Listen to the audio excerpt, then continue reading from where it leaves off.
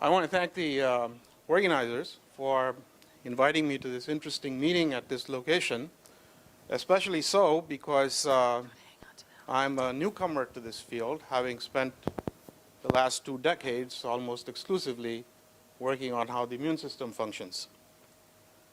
And all the work that I'm going to describe today is a collaboration with my colleagues Rick Young and Phil Sharp, and with significant input from Ibrahim Sise.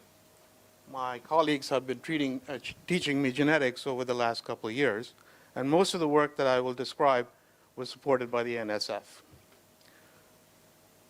So as you know, enhancers are non-coding regions of the genome that can recruit transcription factors and other transcriptional molecules, such as coactivators, in order to enable transcription of coding genes. We have hundreds of types of cells, and what Rick showed was that the transcription of genes that are important for maintaining cell identity, either in healthy or diseased states, are regulated by large clusters of enhancers called superenhancers.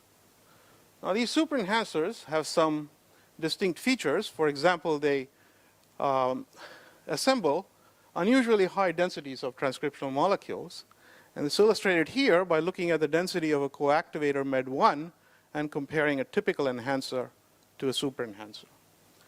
And also Rick described, these superenhancers are sharply sensitive to perturbation through drugs and so forth, compared to typical enhancers.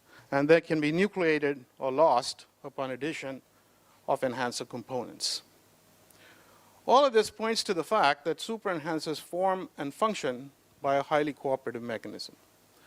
And therefore, we proposed the following picture a couple of years ago in this paper. So the transcriptional molecules, like transcription factors, coactivators, RNA Pol II, and various other molecules, have these intrinsically disordered regions which can be modified by post-transcriptional modifications, and then they can interact with each other through weak multivalent interactions. A caricature of this can be a chain with sites that can be actively modified and demodified, and upon modification they can interact with each other weakly. And very simple interrogation of this sort of a caricature with Monte Carlo dynamics will show that when the density of these modified sites exceeds a threshold value, you can form these driven phase-separated transcriptional condensates. Of course, this is a highly cooperative process, and so it can explain many of the features that we observe for SEs. And as Rick and Ibrahim have told you, that since then, in a number of papers, it's now been experimentally demonstrated that these liquid-like condensates do form at superenhancers and are involved in transcription. Let me simply note that if you take these same molecules in vitro, they do phase separate, but at much higher concentrations than what is observed in cells. So we are very interested in understanding the properties and regulation of this active form of liquid-like matter that these transcriptional condensates represent. But today, the question I'll focus on is different and much simpler. And the question is, how do transcriptional condensates form at specific genomic loci rather than randomly anywhere in the nucleus? And this work was done by 2 talented young scientists, Krishna in my group and Ben in Rick's lab. So to ask this question, we first saw, transcription factors typically recognize 6 to 12 base pair regions. And if you look across the genome, for any transcription factor, you will find many such regions. But only a small fraction of these function as enhancers. Now, enhancers are thought to be created by cooperative processes, and indeed a number of different very specific cooperative processes between proteins, such as the transcription factors, and DNA bending upon binding of a particular transcription factor and another one binding have been defined over the years. Clusters of TF binding sites can be predictive of enhancer regions, but on the flip side, clusters of TF binding sites can also occur without producing any enhancer activity, and adding other components to it can make them function as enhancers again. Taken together, I think it's fair to say that the features that define an enhancer are not really well understood. In fact, some have suggested that searching for the answer to this question is a futile proposition. We reasoned that if we focused on this question, how features of DNA elements regulate transcriptional condensate formation at a specific genomic loci, we might also obtain some insights into this question of enhancers. So to do so, we first created a very coarse-grained model of DNA, transcription factors, and co-activators. So the monomers of this DNA in our model are of the order of the persistence length, and therefore we can treat this as a flexible chain. The DNA monomers in this model can have transcription factor binding sites, different numbers of them. The transcription factors have a structured domain, shown here as a sphere, and intrinsically disordered regions, which are chains. And the same is true for co-activators. The transcription factor structured domain can bind to these TF binding sites on the DNA with attractive energies commensurate with what is typical in experiments. Similarly, these IDRs can interact weakly, again, with attractive energies that are typical of experimental values. We then interrogate this model by straightforward Langevin molecular dynamics. And in order to probe whether or not these condensates are forming, we define an order parameter, which is the scale size, which is the largest connected cluster that you see, divided by the number of binding sites on the DNA. So if you just have stoichiometric binding to the DNA, this number will be 1, but it will go above 1 if you form these sorts of condensates. And to see if this condensate formation is accompanied by a peak in the fluctuation spectrum of the order parameter, we also follow that. So the first thing we did was we took molecules, the transcription factors and co-activators, without any DNA at concentrations similar to intracellular concentrations, and they do not form any phase-separated assembly in this situation, as I showed you before. But now you add DNA with binding sites for the transcription factors, and instantly you see the scale size go up.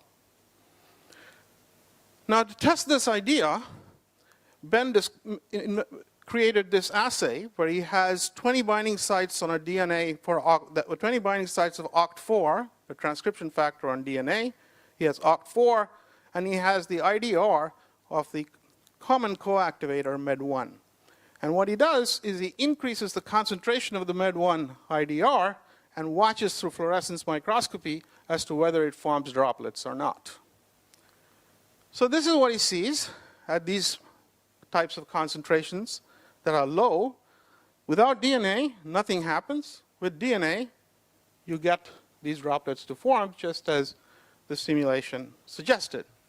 Now you can quantitate this data by plotting something called a condensed fraction, which is simply the mole fraction of MED1 or any other molecule inside this droplet phase compared to the background. And you titrate this as a function of MED1 IDR, and you can extract from this data saturation concentrations, and you can see that without DNA, the saturation concentration is about 2 orders of magnitude higher than with DNA. So perhaps this is one reason why you can form these condensates at particular loci at intracellular concentrations.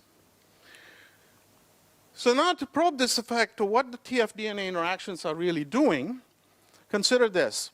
This is the scale size of the function of time in 2 different molecular dynamics trajectories. One for low concentration of the molecules, where without DNA you don't get this to happen, and one at high concentrations where it happens without the DNA. And what you can do in the simulation, of course, is that after these form, you can turn off the TF-DNA interactions in your simulation. And what you see is that low concentration, the droplets dissolve, whereas at high concentration, they do not. You see this drop simply because in this particular trajectory, the droplet broke up into 2 when you turned off the TF-DNA interactions, and they would presumably coalesce if we simulated this longer. So what this is suggesting is that at low concentrations, the TF-DNA interactions are essential for the stability of this droplet, whereas at high concentrations, and I'm not showing you the result, it simply says that it's a nucleation seed which increases the rate at which this forms. So to test this idea experimentally, what Ben did was he created these droplets at high concentration and low concentration, and then he added DNAase, which cuts up the DNA into little bits. And then you see here that at low concentration, when he adds the DNAase, you see a drop in this quantity, whereas at high concentration it stays the same. So now we can ask, yes, the TF-DNA interactions are important, but are they sufficient to compensate for the loss in entropy that you get when you confine these things into a droplet? So we have, of course, from the simulation, we can compute the potential energy of the interacting species, and very roughly we can estimate the entropy as just that due to confinement. So this actually is an underestimate of the entropy change because you're not accounting for the conformational changes and so forth. But even so, you see that the entropy loss is not compensated by the TF-DNA interactions alone, and you need both of these, the TF-DNA interactions and IDR-IDR interactions, to achieve this when the concentration is low. So this is saying that a combination of both TF-DNA interactions and IDR-IDR interactions are required. And so let's see what the effect of changing the TF-DNA binding affinity is. So this is a simulation result which shows this order parameter as a function of the affinity between TF and DNA. And you see, modulo finite size effects, a sharp transition at a particular, beyond a particular affinity. And you also see that the fluctuation spectrum shows this peak commensurate with what we would expect.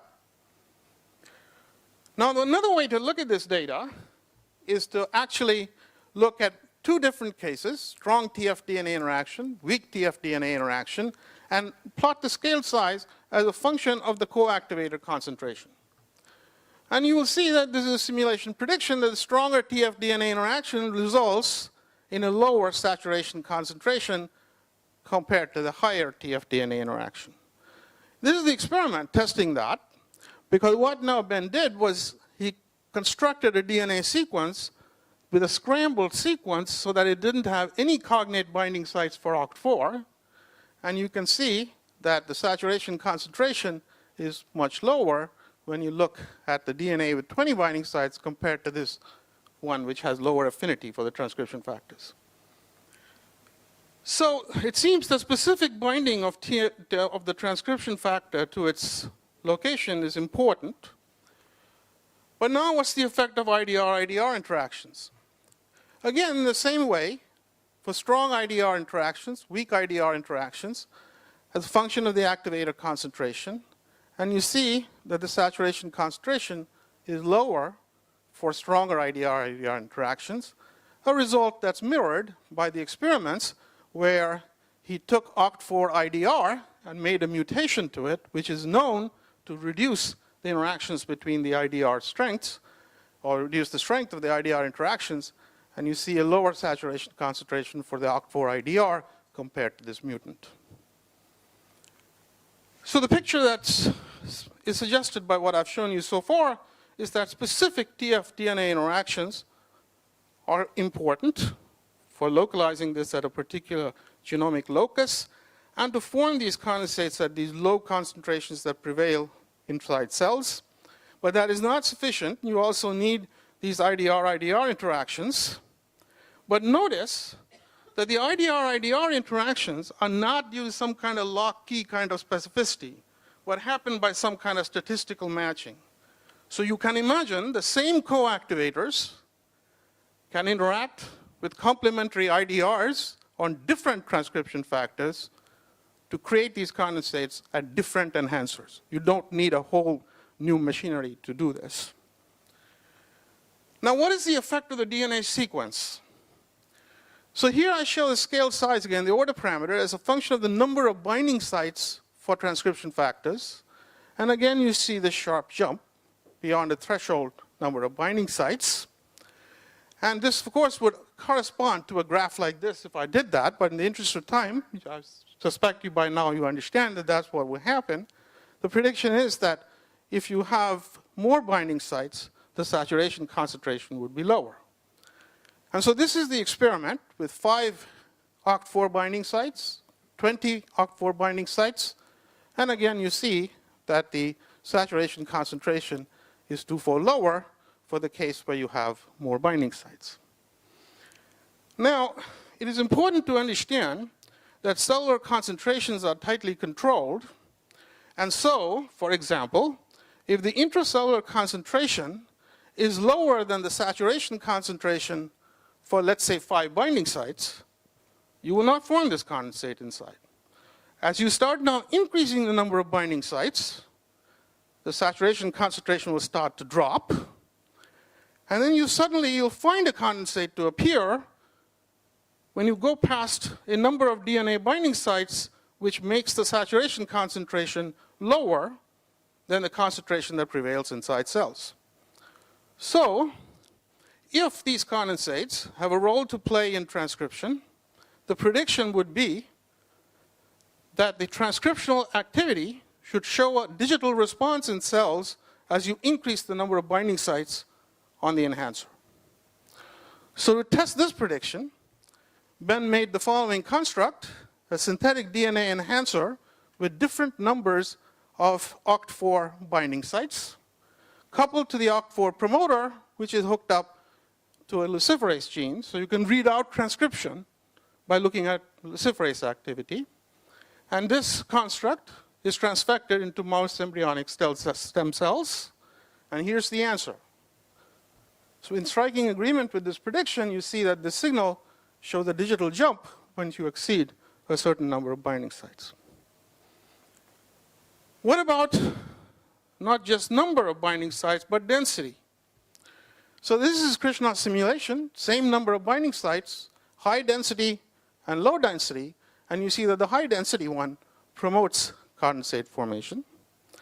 And this is the same kind of luciferase experiment that I just showed you, but now one with 5 binding sites separated by 24 base pair linkers and one with 56 base pair linkers. And again, you see that the higher density promotes this sort of condensate formation and transcription. So the question is, in the genome, do you really see this sort of nonlinear dependence on the binding sites of DNA on the amount of transcriptional machinery that you can recruit? So look at that. We looked at, by using standard bioinformatic tools now, we looked at the density of binding motifs for 4 different transcription factors, OCT4, SOX2, CLIF4, and ESRRB, that are important for maintaining the stem cell state. So this is the density, and then you can go and look at chip data and get the extent to which transcriptional molecules have been recruited. And that's graphed here for MED1, RNA Pol2, and BRD4. This is a log linear plot. So this line here indicates an exponential dependence. And that is what you see in the real data. And notice also that super enhancers are on the high end of this, as shown by marked in yellow. So taken together, the results I have shown you so far, oh, I'll be way before that. The results I've shown you so far suggest the following general model. Specific interactions between transcription factors and their cognate binding sites on DNA are required in order to form these things at intracellular concentrations and therefore at specific genomic loci. And the kinds of specific molecular cooperative interactions that people have talked about before are undoubtedly at play when this happens. But beyond a threshold valency and density of these TF transcription factor binding sites, you get another universal mechanism to assemble the transcriptional machinery at high levels, which is condensate formation. And this works at all loci, not specific to the particular molecules that you're looking at. Further note that, as I mentioned before, these IDR-IDR interactions that are necessary are not of a lock-key variety, but rather maintained by statistical pattern matching. So the same co-activators can play a role in creating different enhancers by interacting with potentially with complementary IDRs on different transcription factors. This model is consistent with the fact that TF binding site clusters, which correspond to really high valency and density, can create enhancers, but it's also consistent with the fact that a given density and valency may not be sufficient based on the TF DNA binding interactions. So for different ones, you'll need different sizes that dictate the threshold value. And therefore, it is also consistent with the fact that while inactive clusters, when you add a couple more, you go past this threshold, suddenly they become enhancers. I should point out that if this general model is correct, then it also makes evolving new enhancers easier, as we have argued in this paper in PNAS. And the reason is that when you evolve a new enhancer, and enhancers are the fastest evolving things that you see across animals. And as you evolve a new enhancer, you have to evolve a new transcription factor, but you don't have to evolve all the rest of the machinery. The same co-activators can go and play the same role, and through IDR-IDR interactions that don't have to be lock-key in character and so on. So with that, I'll stop, except to mention, or rather note, that I'm the first speaker in this session who has not spoken about Shura Grossberg. And the reason is that I feel guilty that I kept him up this last night thinking about a problem that I told him about earlier in the day. So anyway, on that note, thank you very much.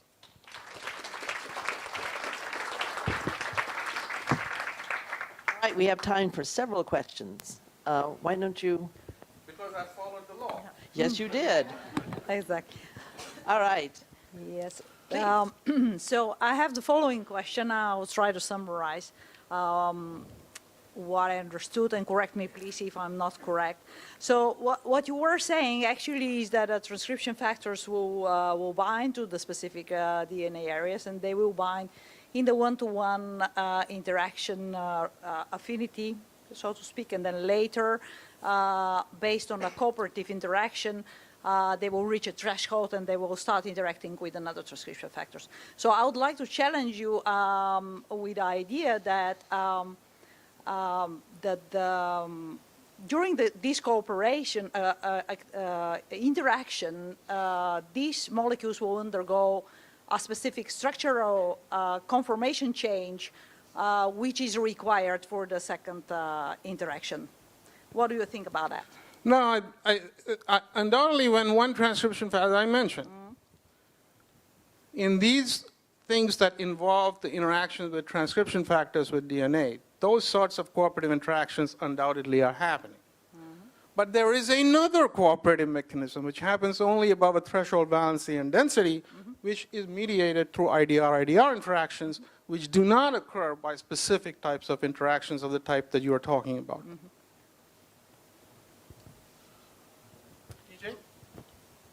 I'm sorry. Actually, this gentleman was next, but we have time for all the questions. Short question. You say transcription bind to DNA, but they don't bind to DNA. They bind to nucleosomal DNA. Nucleosomal is a very strong barrier. So this, affinities measured for free DNA, you should forget them and go to the nucleosome and dramatically change. So what's about So your in view? our model, these things, the monomers are nucleosomes. And we have looked at this across a large range of TF-DNA interactions. The qualitative behavior is unchanged by Do you that. have an idea to do the model, how they bind to the nucleosome? We haven't done that at this time. But So your model will be never successful? well, as I've shown you, everything no, just a minute. Oh, you know the mechanism of binding to the nucleosome. Yeah. So the point is that I have shown you comparisons with the experiments, including transcription. Right? So But oct is a particular one. There is 4 Certainly. primary or 10 primary. Certainly. But there's Look. thousands of transcription factors. So it is very particular cases. Yeah, so we have not studied thousands of them yet. And All right. that's important. Yeah. Could we perhaps move on to the next question, TJ? And then somebody over here had a question. Ah, there you are. Okay. Yeah. So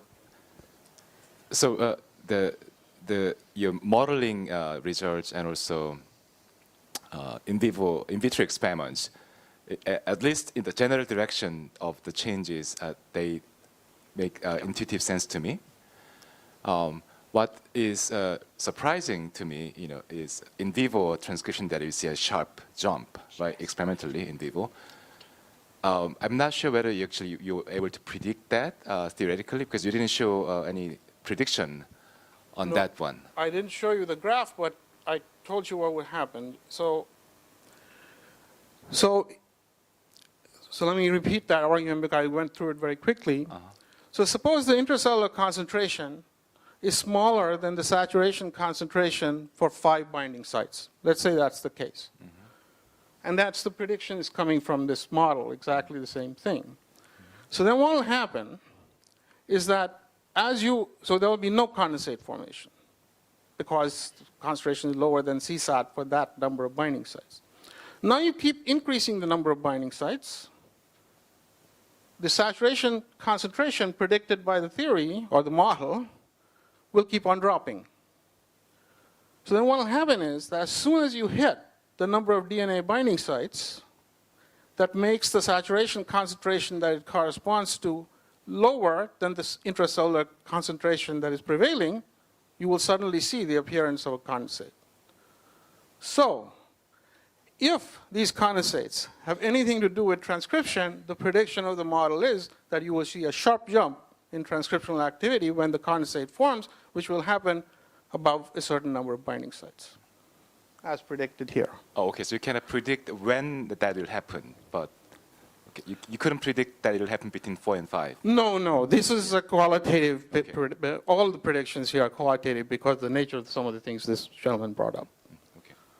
All right. So, We have another question coming from over here. hi, Arup. I'd like to ask Elijah to go ahead and start setting up. Okay.